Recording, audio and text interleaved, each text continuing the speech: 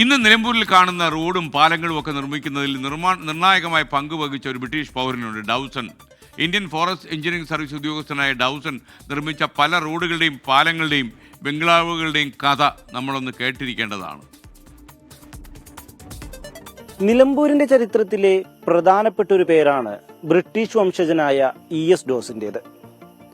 1930കളിൽ നിലമ്പൂരിലെത്തി നിലമ്പൂരിലെ റോഡുകളും പാലങ്ങളും നിർമ്മിച്ച വ്യക്തിയാണ് ES ഡോസൻ.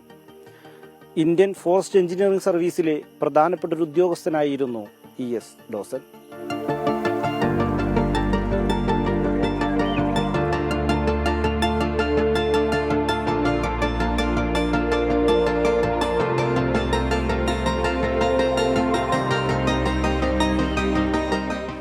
നീണ്ട 15 വർഷക്കാലമാണ് ES Dawson Indian forest engineering ഡിപ്പാർട്ട്മെന്റിൽ ജോലി ചെയ്തത്. അതിൽ 10ലധികം വർഷം നിലമ്പൂരായിരുന്നു ഡോസന്റെ തൊഴിലിടം. ഈ കാലയളവിലാണ് നിലമ്പൂരിലെ പ്രധാനപ്പെട്ട റോഡുകളും പാലങ്ങളും ES ഡോസൻ നിർമ്മിച്ചത്.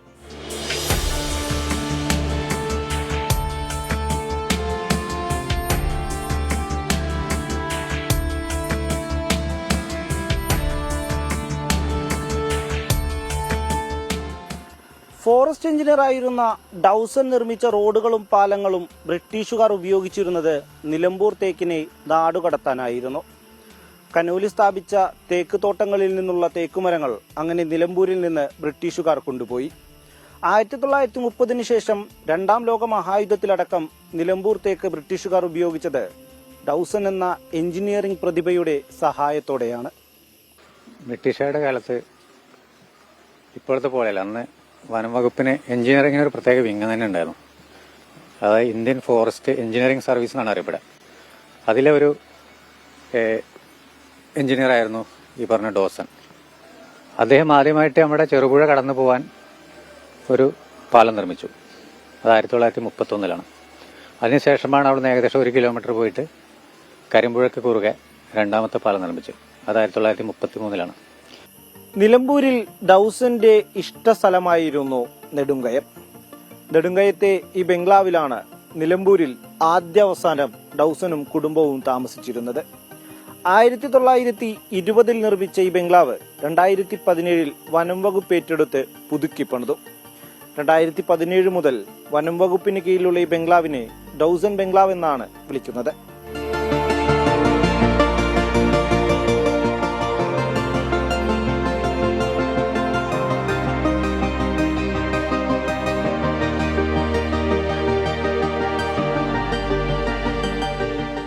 ആയിരത്തി 1938 തന്റെ 41 വയസ്സിലാണ് ഡൗസൻ എന്ന വിശ്വവിഖ്യാത എഞ്ചിനീയർ മരണപ്പെടുന്നത്.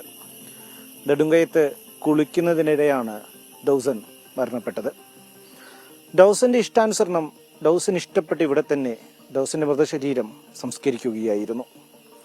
ഡൗസന്റെ ഓർമ്മയ്ക്കായി ഇന്നും ഈ ശവകുടീരം ഇവിടെ സംരക്ഷിച്ചു പോകുന്നു. ക്യാമറ പേഴ്സൺ അദീഷിനും പ്രണവിനുമൊപ്പം റാഫി കരീം, 24 നിലമ്പൂർ.